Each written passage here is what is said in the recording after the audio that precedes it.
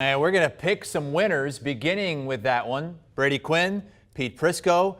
You guys have been nearly identical, going back and forth every week. Back and forth. Pete got the best of me this past week. I had an awful week this past. I had a Pete Prisco week. That's what they call it. 7-9 for Brady Quinn. My over-unders were even worse. Where's the over-unders? Yeah, they were even worse. Last week it was 14-2. We actually found out it was 13-3. Like I said, yeah, I went through and corrected them. Check the tape. Oh, I did. I checked the tape. Where's this week's? It wasn't the inverse of that. I wasn't 3-13, but it wasn't far off. It wasn't far off. The only guy who had a worse week than you is Urban Meyer. That's probably true. Whoa! That's probably true. We will be picking the Jaguars game a little bit later, but let's start with the Thursday nighter. It's a good one. The Rams 2.5-point favorites at the Seahawks. I don't know how you could have watched the Seattle Seahawks last week and feel confident at all they'll be able to stop this Rams offense. I just think this is going to be a bad matchup for the Seahawks.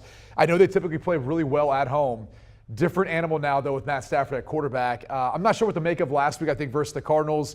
They kind of got off to a slow start. Maybe it's just a bad matchup, too, when you look at that defense and how they try to go about stopping Kyler Murray. But this is an entirely different matchup and an entirely different problem for the Seattle Seahawks. That front will get after Russell Wilson. The defense has not improved, and you'll see big play after big play from the LA Rams down the field. So I'm laying the 2.5 points with the Rams on the road here. I do think this will be a low-scoring game. There's something about these divisional matchups where you see that, Pete.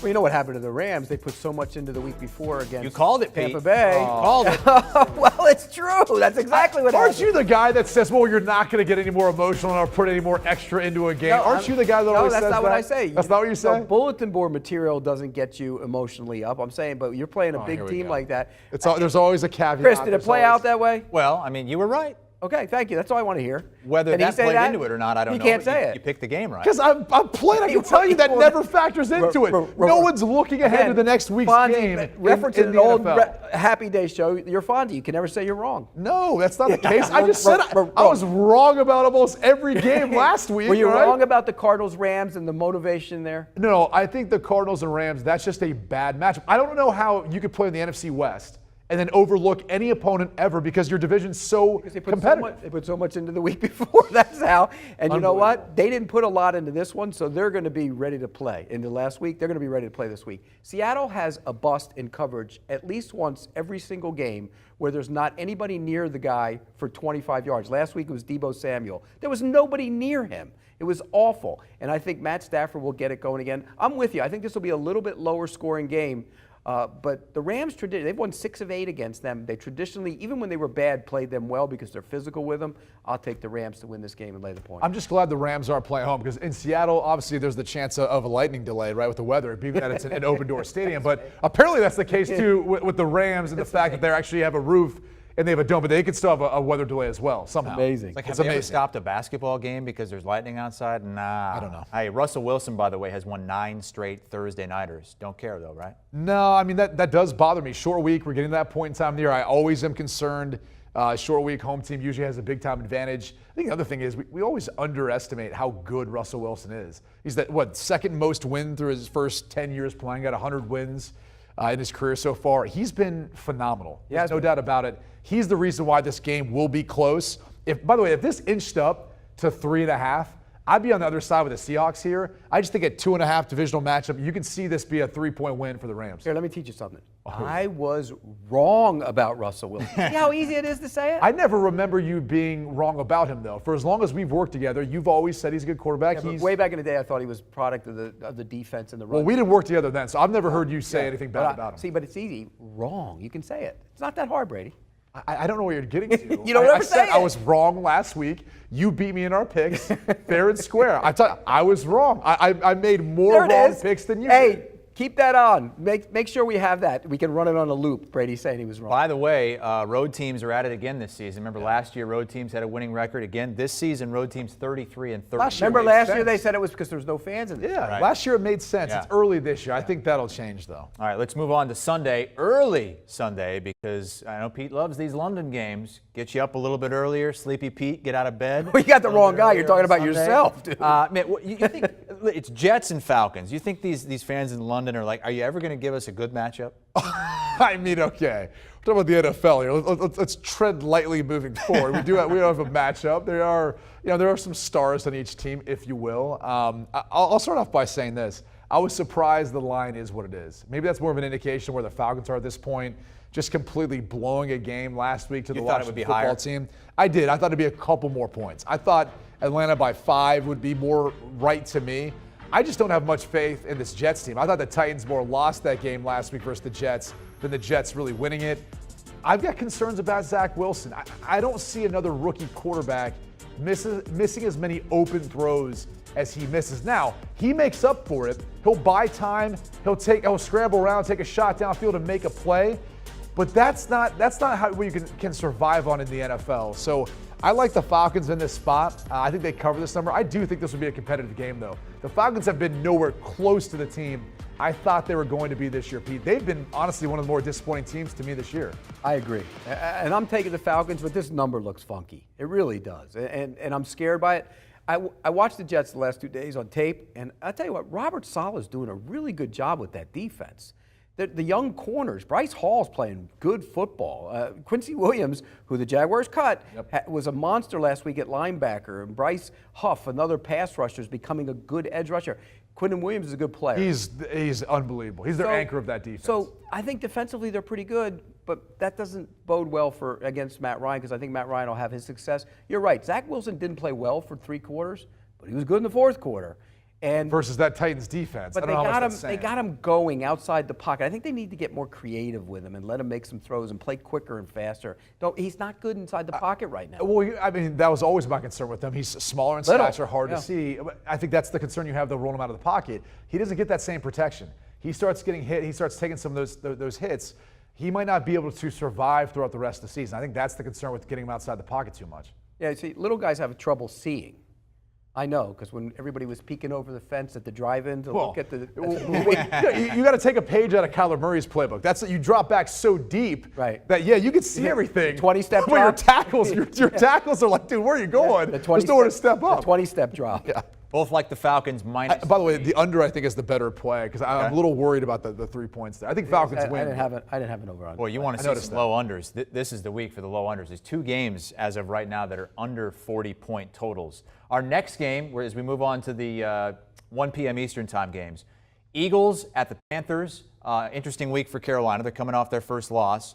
Christian McCaffrey's back at practice. Right. Maybe could play. Well, I mean, they've got Sam Darnold running the football in the end zone. So I don't know what they need Christian McCaffrey for. Nobody's run in more than him, not even running backs. Well, Cordero Patterson. But go out and make the trade on defense for Stephon Gilmore. Which, if he's healthy, he'll be an immediate impact player. I don't know how fast they can get him up to speed. That was an interesting move, how that's all worked out. Hopefully it'll work out for Matt Rule and what their plans are for him moving forward. The reality is this. To me, with Carolina, I think the way they fought back last week showed me a lot about them. They could have just laid down and let that game get out of hand, and to be quite honest, it really was when you go back and watch it. But I'm higher on this team than I thought I would be at this point. I think those young defensive pieces, they're all coming together. I think they'll be able to shut down what can be kind of a boom or bust offense for Philly. Even though I still like what I've seen from Hurts, I think this will be a close, competitive game. I hate the hook here because I think it could be a Panthers win by 3. I'm going to go ahead and lay the 3.5 points, though, but another game I like the under on. I think this will be more of a defensive battle. Yeah, I was impressed with what they did coming back last week, because they could have laid down. That was their first loss on the road. Good team, and they didn't. They kept fighting.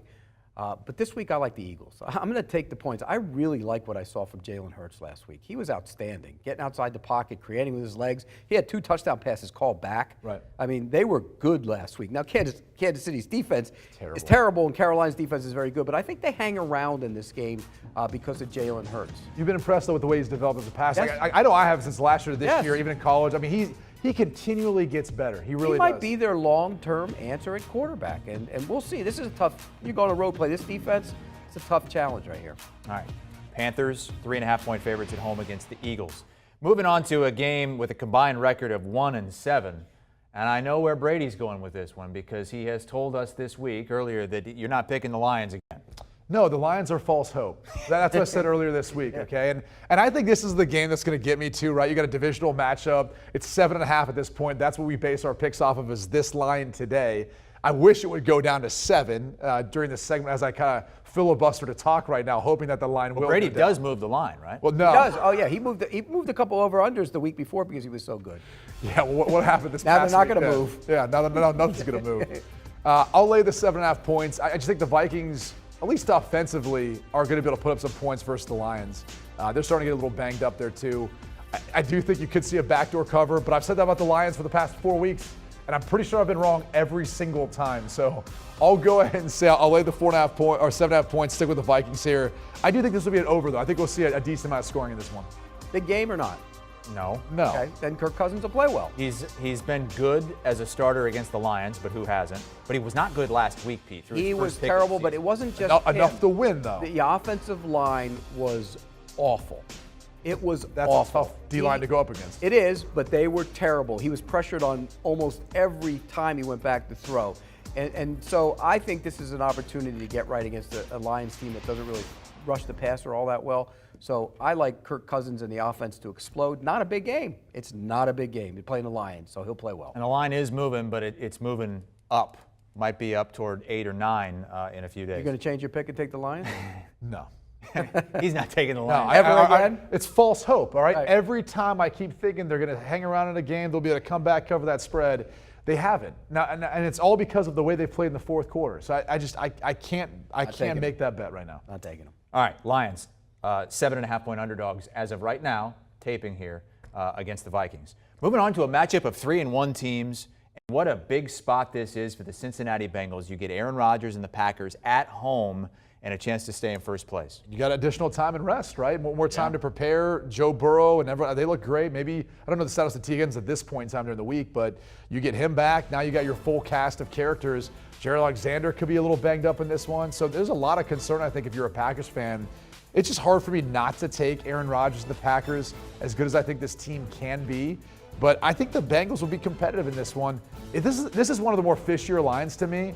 I'm going to lay the 3 points. I don't feel good about it, but I also think a lot of scoring in this one, so I like the over. Well, you know what I always say when we pick Bengals games? 1 in 10, 1 in 10. That, you know, because you guys always say I said 2 in 10, but I said 1 in 10 Super Bowl. One Joe Burrow. You said Super Bowl multiple, 10 years. and actually we're now down to 9 years. And 1 in 9. You said that. 1 in 9. Well, He got hurt, 2 but and 9. 1 in 9. And he's played outstanding last week. Once they opened it up, Second half. once they opened it up and let him go, he was outstanding. I think he's going to put up a lot of points. I'm with you. Yep. I think the Packers are going to put up even more. It is fishy. 3 on the road. I just think Green Bay is so much of a better team right now with Rodgers, but the line looks fishy. I almost didn't want. I don't love with you. I don't love it, but I'll take the Packers. Some part of me is concerned about the Packers' ability to protect Rodgers versus that defensive front. I think the front's pretty good. they've continually gotten better, and that's where I'm like, maybe that's where the tilt is on this field, and we're overlooking it, and the line is where it's at right Logan now. Wilson's becoming a star linebacker. The play's going to be going nuts if they can stay in that game fourth quarter. Bengals trying to get to 4-1. The Broncos, one of those handful of teams that were undefeated going into last week and lost. They're at the 1-3 Steelers, who are absolutely reeling right now. This is virtually a pick-em at this point. Yeah, and so I'm on the other side of this, because if you're going to give me a point, I'll gladly take it on the side of the Broncos. I don't feel good about either one of these teams. Obviously, we don't know the status of Teddy Bridgewater at this point. I would assume, given that he had a concussion last week, the protocol probably not going to be back this week. It's going to be Drew Lock. Not a ton to hang your hat on there because he didn't look great when he came in. And it seems like this offense operates differently when he's in there. So concerns there. But I've got more concerns with the Steelers offense, Pete. I mean, Matt Canada calling the plays. He doesn't seem to have a sense of rhythm for it. The offensive line's underperforming.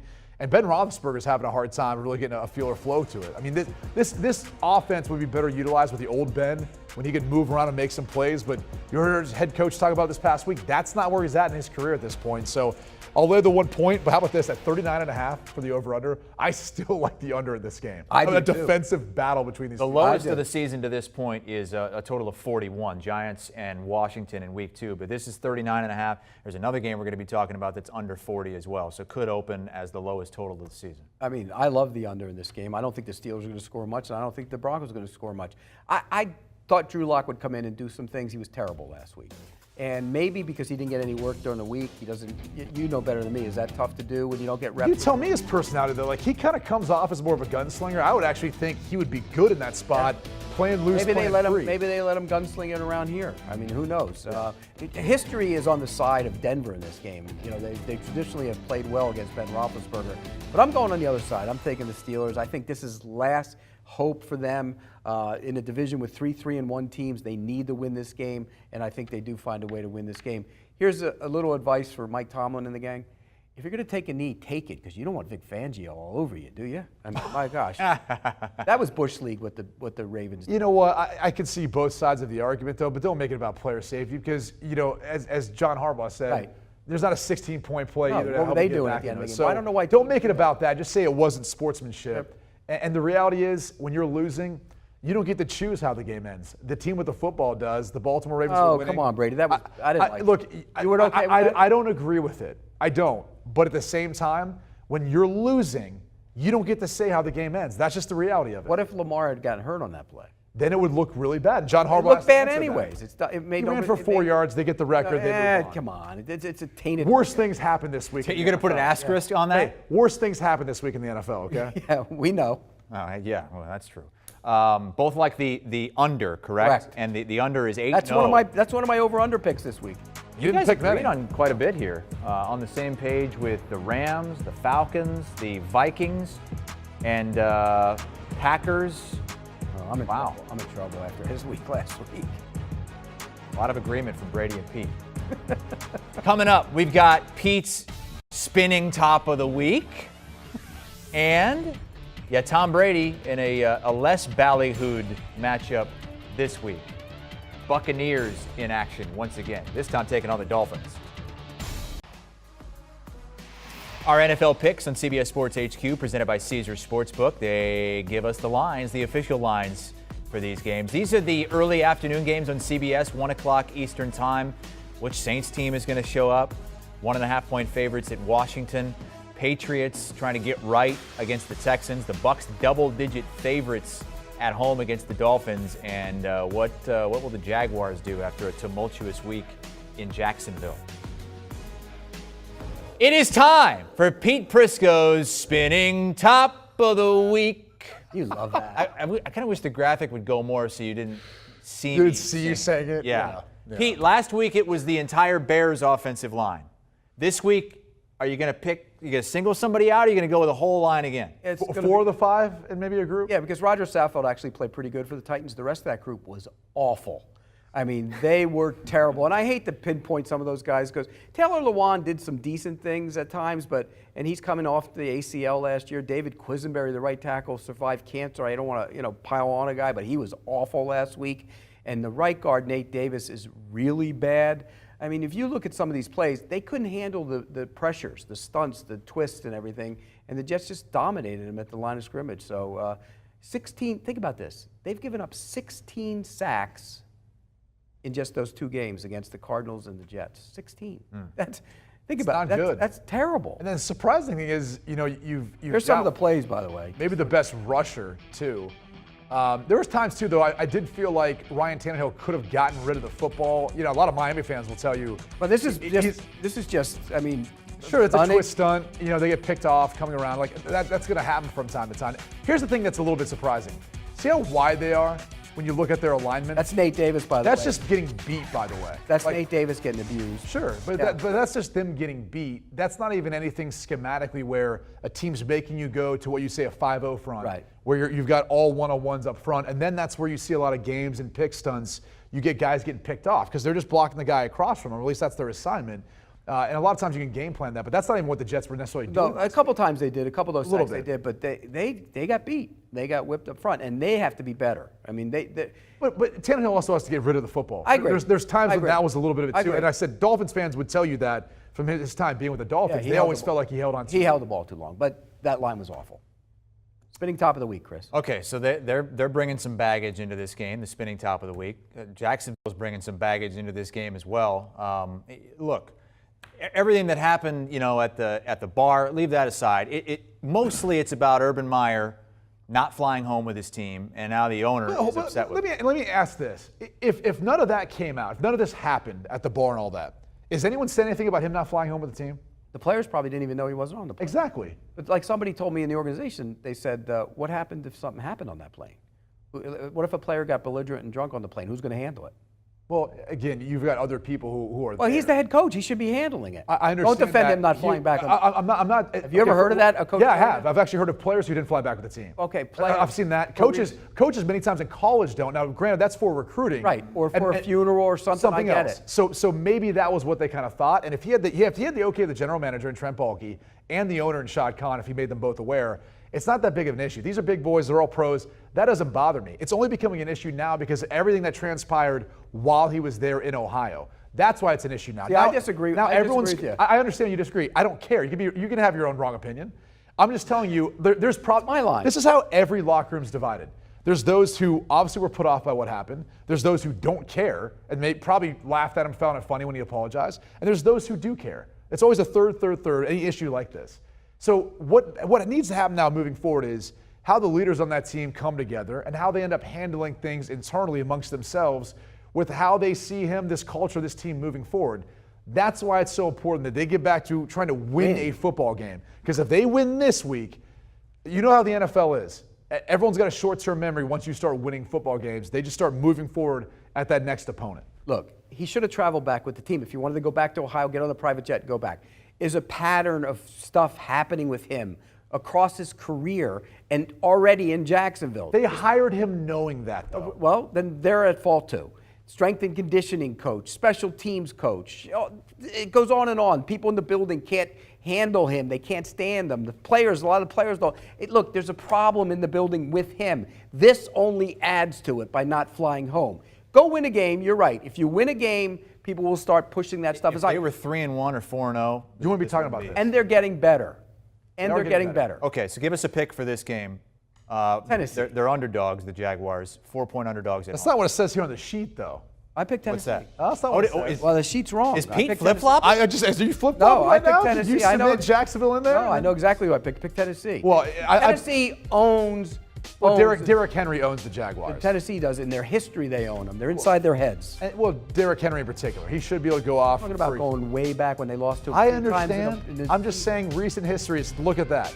This guy. Your email says Jaguars, Pete. The email to My producer pick Ken. is the Titans, so Anyway. it's the Titans. All right, he's flipping. Derrick Henry should be in for a big game. I think what was most disappointing is how Jacksonville handled the end-of-half situation to me in Cincinnati.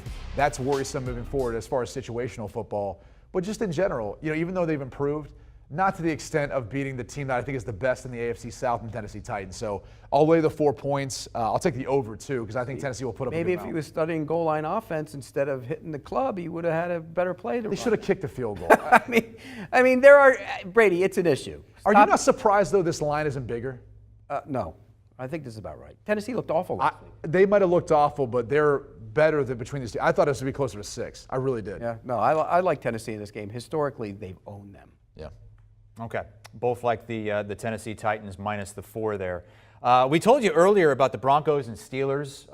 It could be the lowest closing total of the year at 39.5. This next game also 39.5 as of right now. The Patriots 9-point favorites at the Texans as the Patriots look to get right. I blame Pete for me picking the Texans last week to try to cover that enormous spread versus the Bills.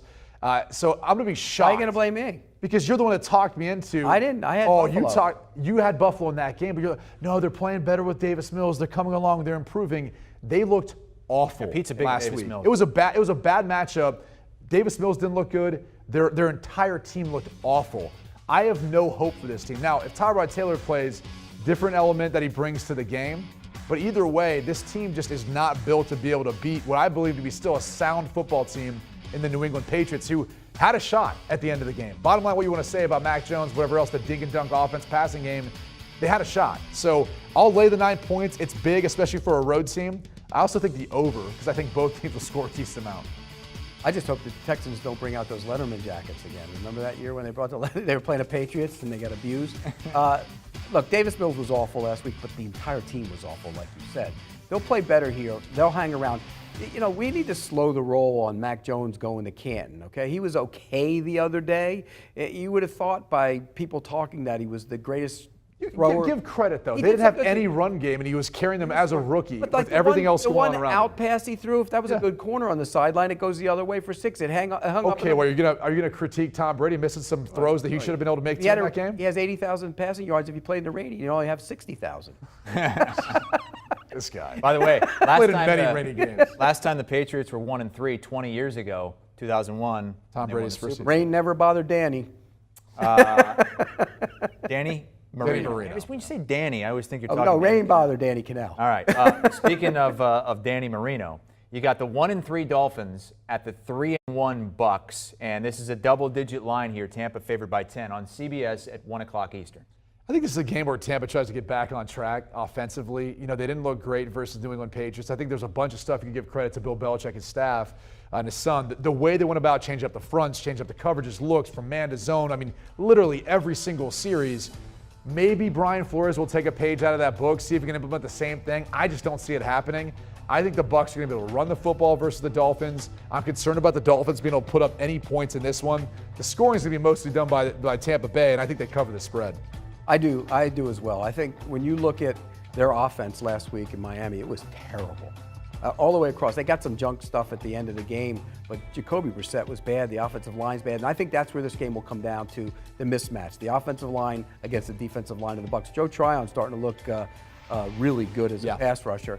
I think this is a mismatch. I think they'll turn the ball over. I like Tampa Bay minus the point. The matchup in the Bucs secondary versus the wide receivers for Miami, that's a concern. I mean, I think if Jacoby, if they can protect him long enough, he can get the ball out of his hand. That's a big if with that line. It is a big if with the way they've played, but I think there are plays to be made. We saw that a little bit too with the New England Patriots. You like the over against then? the Bucs. I do like the over. I think for that reason, I think you'll see a little bit of scoring. You didn't pick the total here. No, I didn't, but I would lean with him to the over. Lean to the over. Okay, so you guys both agree. It's almost a, what do we call it?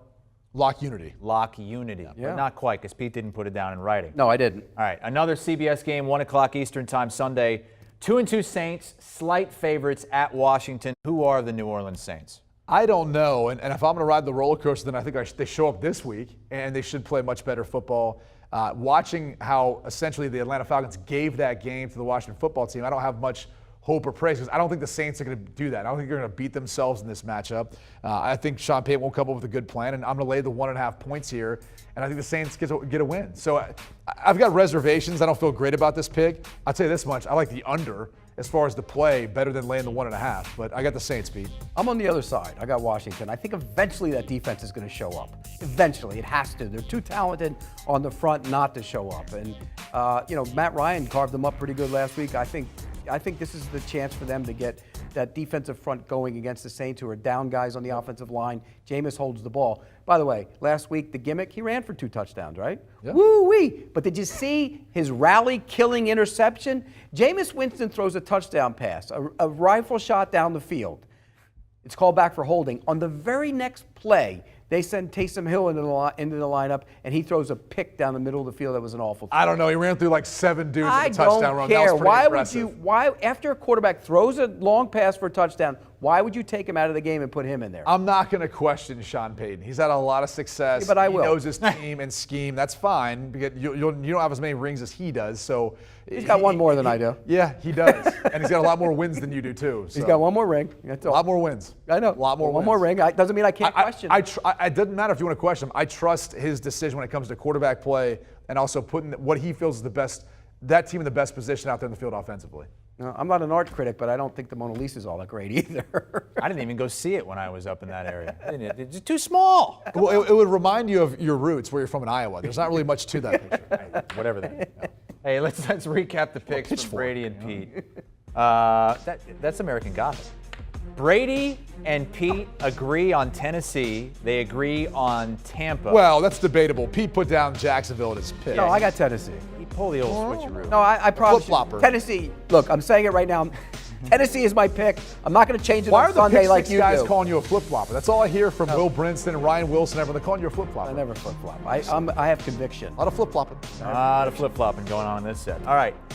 When we come back, we move on to the only remaining unbeaten in the NFL. That would be the Arizona Cardinals taking on the 49ers, who may be starting Trey Lance at quarterback. Caesars Sportsbook giving us our betting lines for this Sunday in the NFL, looking at the late afternoon games. The first two on the top are on CBS. Browns, Chargers, Bears, Raiders. The other two on Fox, and Fox has the doubleheader this week. 49ers, Cardinals. Arizona, the only 4-0 unbeaten team in the NFL. Cowboy fans are going to argue that they're the best team in the NFL right now, 3-1, hosting the Giants. Only loss to the Tampa Bay Buccaneers.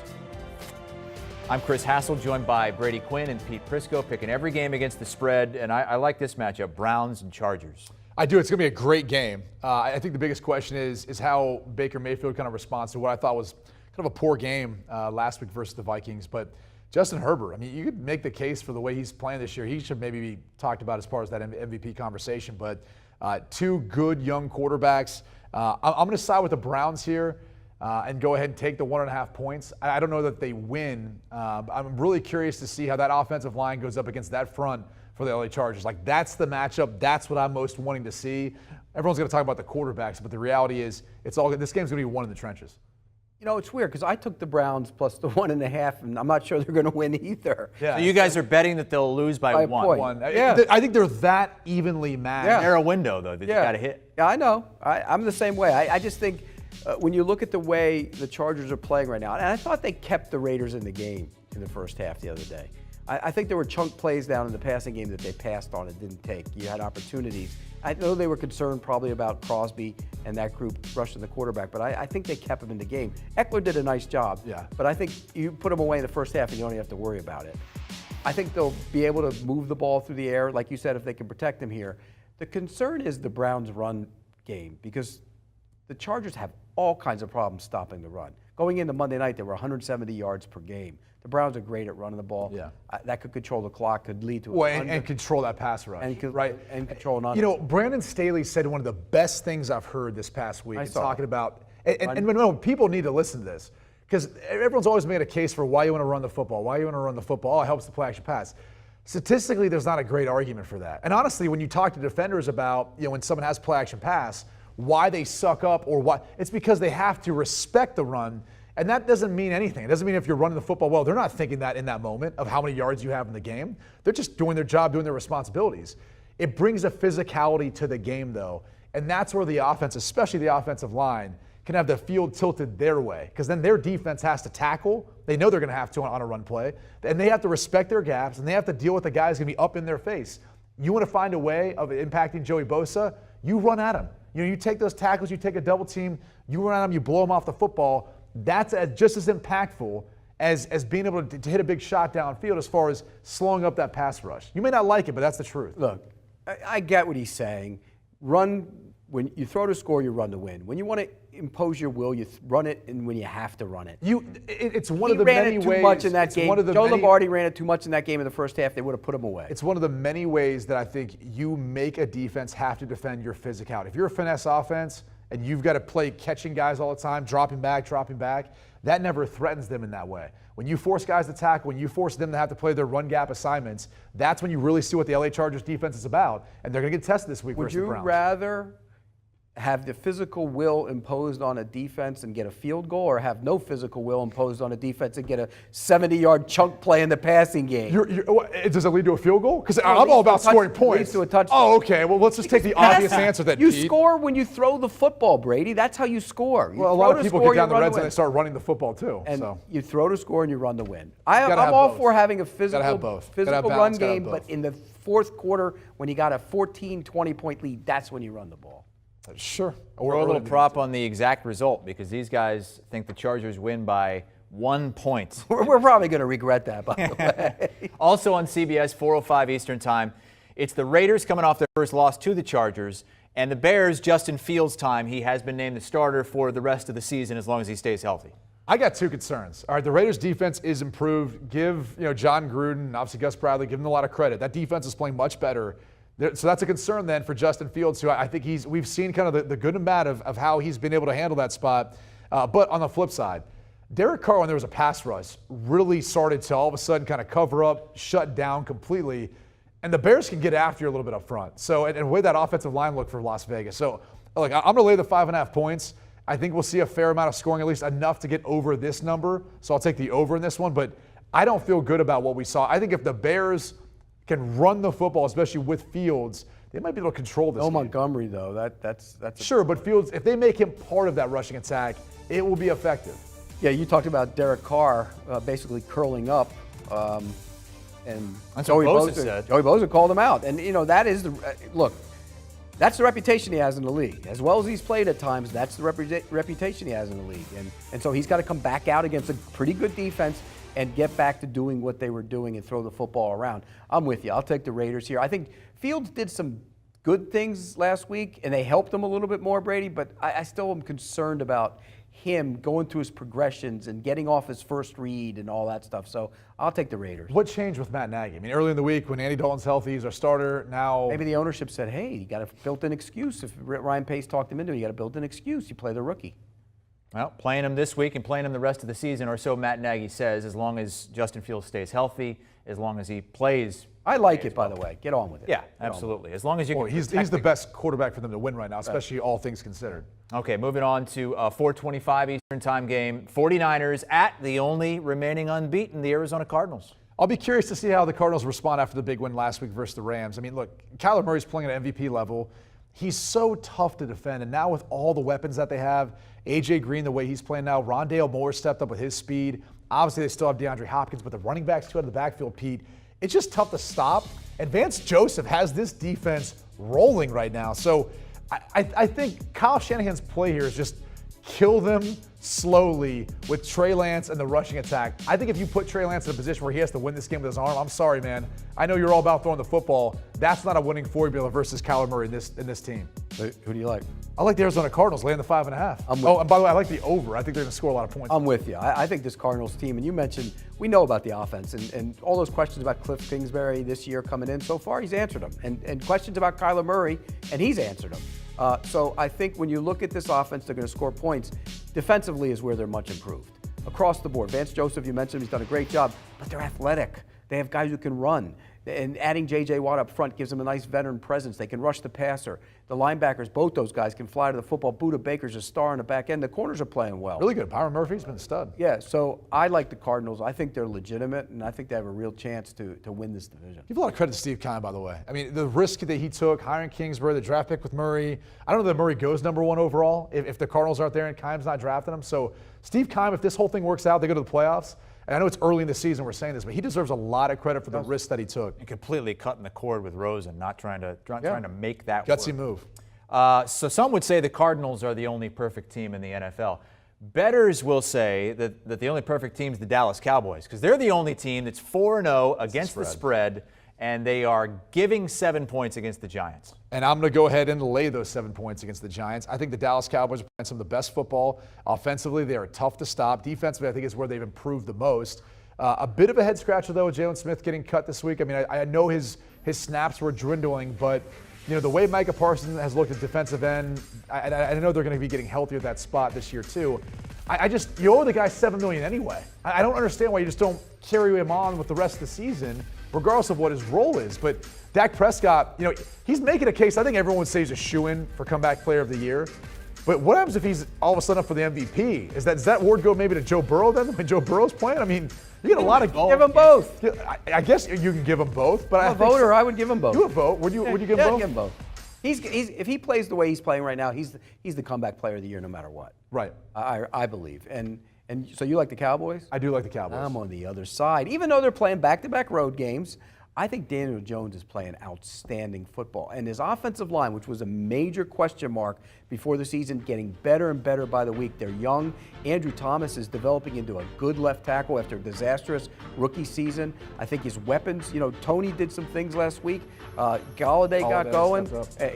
When you get Ingram and Shepard back and those guys are healthy, and Barkley did some good things. So this offense is going to score. Barkley did a lot more than just good things. He kind of carried them at moments. I think Barkley and this offense are going to score points. I think this will be a high-scoring game, but I like the Giants. I like the over. I mean, that's probably my favorite bet on this. Obviously, at that number at 7, potential chance to get a push here, but I think the over is the better play. But I'll lay the 7 points. 3-point game. I like the Giants. Okay, Saquon Barkley finally showing that he still has that in him. Recapping the picks once again on the late games on Sunday, the late afternoon games, I should say. Agreement on Cleveland Vegas, Arizona, and Pete, what did you say? Would you lean over or under on that Cowboys game? Over. Lean over, so a little bit of agreement there as well. The prime time games to go, including the best game of the weekend, or so we believe. It's a rematch of the AFC title game, Bills and Chiefs. NFL picks here on HQ presented by Caesars Sportsbook. The two primetime games this weekend, Bills at Chiefs, Kansas City, a 2.5-point favorite. Over-under is high, 56.5. It's not that high. And Colts Ravens, Baltimore. That was higher. -7. Is this lower Is total? this your puberty year or something? What is that? Hey, I can go. I can range all the way. He could go a little falsetto. That's how excited he is about this matchup between the Bills, Kansas City. Yes. Hey, preview of the AFC Championship game? See, I had puberty in the 40s, so that's a long time ago. 1940s. So you lost your hair before you hit puberty. Yeah, That's absolutely. crazy. Absolutely. This is the highest total of the season right now. Prior to this, it was 55. This is 56.5. I mean, I'm on the other side of this one, but for different reasons. Because, look, the Chiefs' defense is bad, and they'll give up some points. The Buffalo Bills have scored, over 120 points the last 3 games, whatever it's been. So we know they can put up some points. Something tells me, though, that Andy Reid's going to try to kind of slow this thing down a bit. I don't think they want to get in a shootout with this Bills team, which is surprising to say only because of really the Chiefs have been that team that no one wants to get a shootout in. I mean, the Bills have even implemented that strategy where they've kind of played more of a bend but don't break, force them to run the football, give them the box count, see if they'll take that and be patient. So to me, this over-under, as high as it is, it's fishy because I actually think it should be higher. I think it should be closer to 58, 59. So because of that, I'm betting the under. It sounds counterintuitive. You're being contrarian. Kind of, but it's because I look at it and I just say, it should be higher with these two teams the way they've played. So all that being said, I think it's maybe a little bit faster-paced game, more running. Defense is trying to play bend but don't break. I like the under in this one. I'm gonna take the 2.5 points on the Bills. I just think they're playing better football right now. I think the Bills win the game outright. I do. And when you look at everything they've done this entire offseason, it's been focused on beating the Chiefs. They won't admit that, but that's a fact.